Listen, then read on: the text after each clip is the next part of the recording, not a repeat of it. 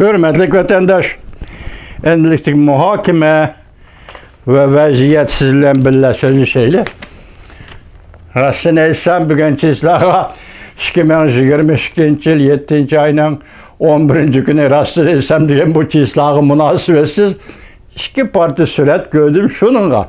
Şununla münasibetlikmiş iki parti süret doğrusu sizge. Sözle biri bu doğrudaki liksiyelerine Allah kalırsa keyin vaqt qarab oturup keyinki liksiyeler qatardı sözlep bütünümüz vatandaşlar. Biri Rusiyanın Tashqi ishlar ministri Lavrov 20 davlat yig'inining Tashqi ishlar ministrlarining yig'iniga qatnashib kelgan Lavrov bilan Jungoning Tashqi ishlar ministri Wang Yining tushgan surati hayron qolasiz uka. Xudosh ko'chadagi lükçeklardek hazırlamışlaşılgandek yoki mushtlashmagandimi ash sahnada hozirli jidal chiqirdigandek Ravlovning payli ham yomon, Wang Yining payli ham yomon. Mushundaq ahvol ostida bu ikki davlatning munosabati hozir qaysi saviyada? Rossiya Jungo munosabati. Keyin bu ikki davlatning munosabati Rossiya Jungo munosabati qaysi nishon qarab taraqqiy qiladi degan so'zni bilib olasiz vatandoshlar. İkinci surat Amerika Qo'shma Shtatlarining davlat ishlar katibi Antony Blinken bilan Jungoning tashqi ishlar ministri Wang Yi tushgan surat. Bu suratda Wang Yining Jungoning tashqi ishlar ministri Wang Yining qopoqlari turilib yerga sangilab ketibdi. Wang Yining hissiyoti, mijoz, xulqi kayfiyatiga moslashgan holda Amerika Qo'shma Shtatlarining davlat ishlar katibi Antony Blinken mu sirlik qiyofatda turibdi. Lekin menga Antony Blinken ichida kulayotgandek bilindi. Vatandash, bu mening hissiyotim emas, yoki burmilg'inim yo'q. Men Amerika Qo'shma Shtatlarining davlat ishlar katibi Wang Yi bilan suratga tushgandi, balki diplomatik so'rinda ichida kulayotgandek sirlik qiyofatda, lekin ichida kulayotgandek bilindi. Wang Yining qapoqlari sangilab, yangi qapoq. Barangda sangilaydigan qapoq var, o ash qapoqdek sangilab yerga tushib ketdi. Selishtirib qo'ygan vatandosh. Bu qatimqi ministerlar suhbati yig'inida Bali orolida Indoneziyaning Amerika Qo'shma Shtatlarining davlat ishlar katibi Antony Blinken Rossiyaning tashqi ishlar ministri Lavrov bilan ko'rishmadi. Biroq Jungoning tashqi ishlar ministri Wang Yi ham Amerika Qo'shma Shtatlarining davlat ishlar katibi Antony Blinken bilan ko'rishdi, ham Rossiya Federatsiyasining tashqi ishlar ministri Lavrov bilan ko'rishdi. Bu yerda har ikki taraf bilan ko'rishgan ministr Jungoning tashqi ishlar ministri Wang Yi.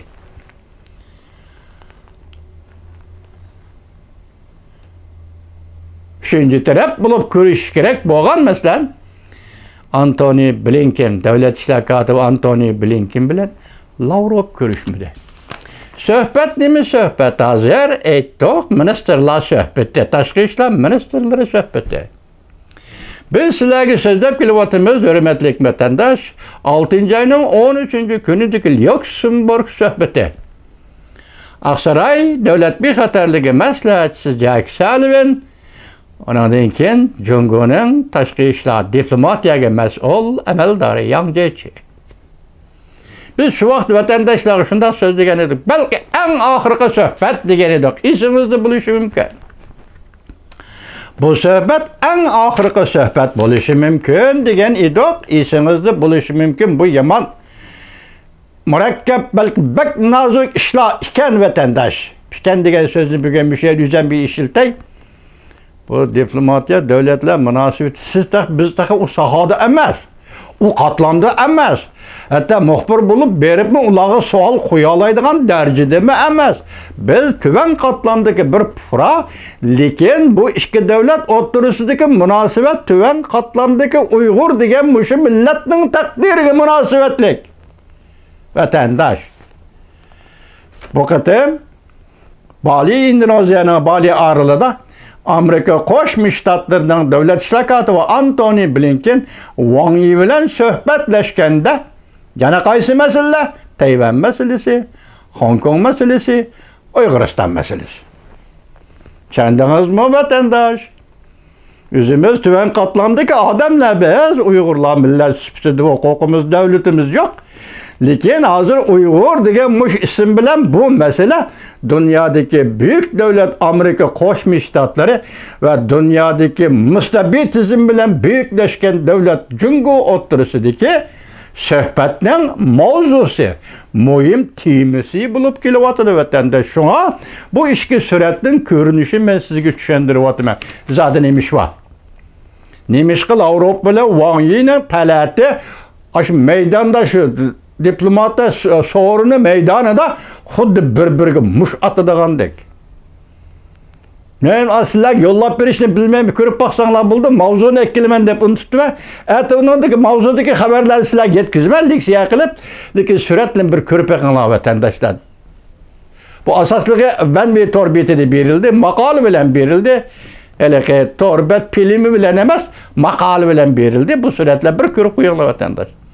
Ondan sonra sual koyumuz ki bu kadın Bali'de Endonezya aralada, Endonezya'nın Bali aralada zaten Amerika Qo'shma Shtatlari Jungo'nun ministri Wang Yi o'ttirishida Amerika Qo'shma Shtatlari davlat ishlar kotibi Antony Blinken bilan elib berilgan suhbatning jarayoni jiddilik darajasi qanchalik, konkretlik darajasi qanchalik anda aylanib kelib davlat ishlar kotibi Antony Blinkenning Wang Yi'ga ishlatgan besimining darajasi qanchalik.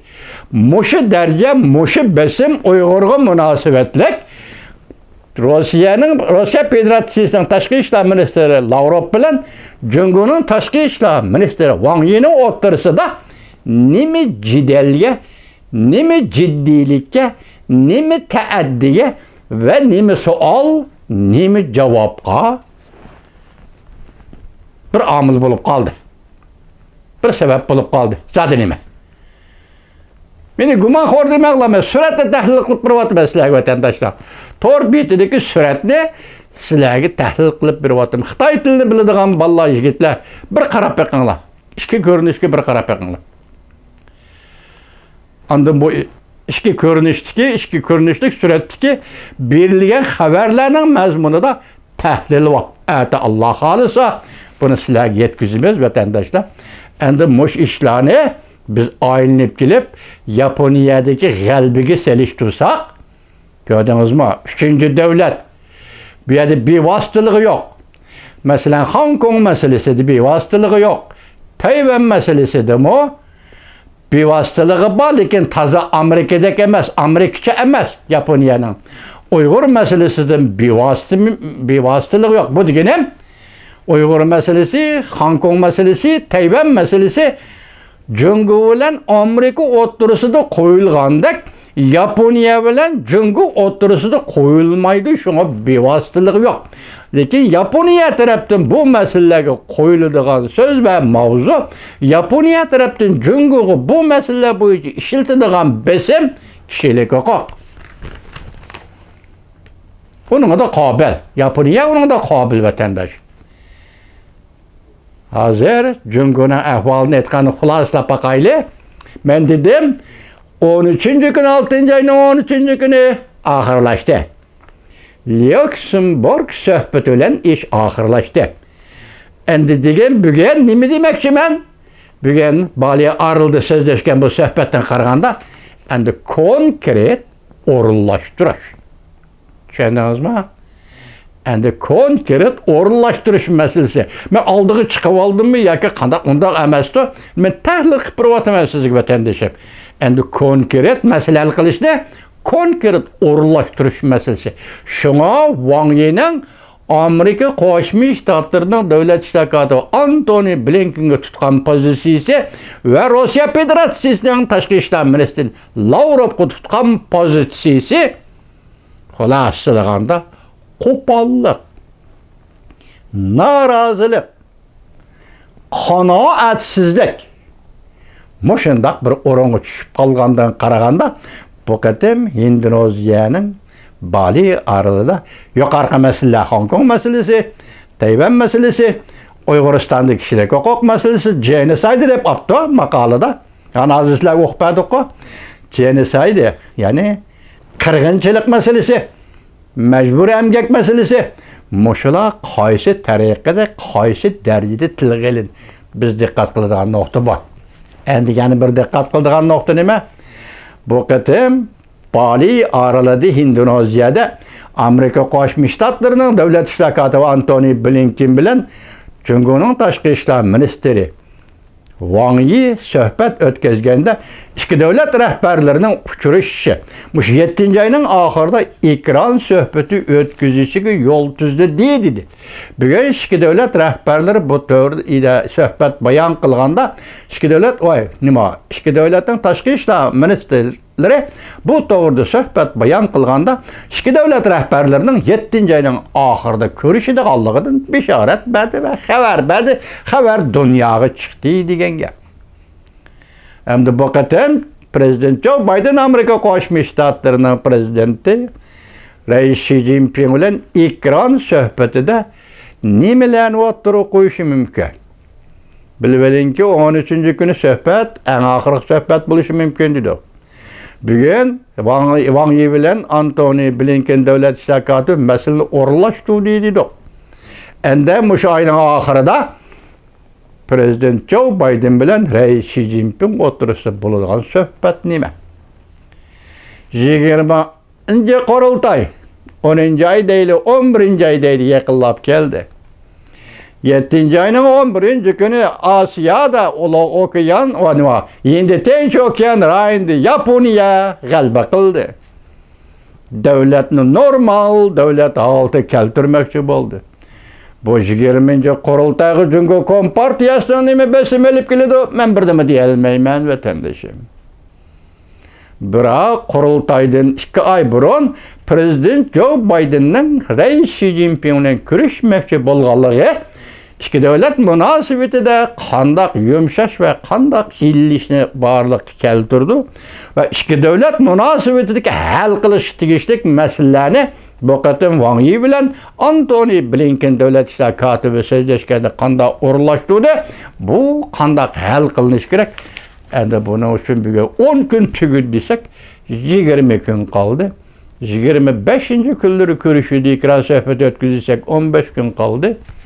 Mushu 15 kun ichida siz biz diqqat qildigan yana bir nuqta bor. 8-oyning 31-kuni Birlashgan Davlatlar Tashkilotining Kishilik huquq komiteti komissariyatining komissari Michel Bachelet xonim 8-oyning 31-kuni xizmatidan ayriladi. Shuningdan burun Xinjiang to'g'risida doklad tayyorlagan doklad mustamlika Uyg'uristonning kishilik huquqi to'g'risida tayyorlagan dokladni e'lon qilish kerak. 7-oyga 15 kun qoldi. 8-oy 1 oy oldimizda qoldi. Bu doklad 7-oyning oxiri e'lon qilinishi mumkinmi va yoki bu doklad 8-oyda e'lon qilinishi mumkinmi? Oldimizda intayin jiddiy ishlar va xalqaro vaziyatga munosabatli vatandosh. Yani bir qo'shib qolay, unutib qo'yma, bir jumla qo'shib qo'yay. Biz Boris Johnsonni Angliyada vazirlikda iste'fo berdi. Uning ministrlarining hammasi iste'fo berib chiqib ketgandan keyin Boris Johnson tuyuqsizda iste'fo berdi deb ko'nglimiz g'ash bo'ldi. Chunki London tribunal Boris Johnson davrida Uyg'ur tribunal o'tirg'i chiqqanda deb ma'yuslangan edi. Tunigun bir xabarda ko'rdim, qayta xabar kimdir rasmiy olganligini sizga aytay.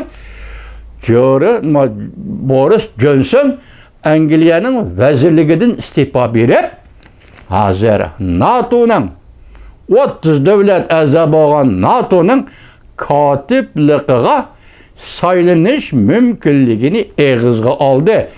O vaqtida ish bekkat bo'lib ketadi vatandosh. Chunki Boris Johnson ham qat'iy, ham keskin odam ekan. Shundaqla ehtiyotchan odam ekan. Endi siyosat sohasida odam ehtiyotchan bo'lmasin bo'lmaydi ekan, davlat rahbarlarining avvalo qarab baqsangiz. Boris Johnson NATO'ga kotib. Qaltis gap. NATO katip, kaltıs gap 11. günü senator sayılımıda Yaponiyada 2 partiya g'alaba qildi. Erkin Demokratlar Partisi navbatdagi hokimiyat beshida. Yaponiya Adalet Partisi navbatdagi hokimiyat beshida g'alaba qildi. Ala, shahrim, vatandosh.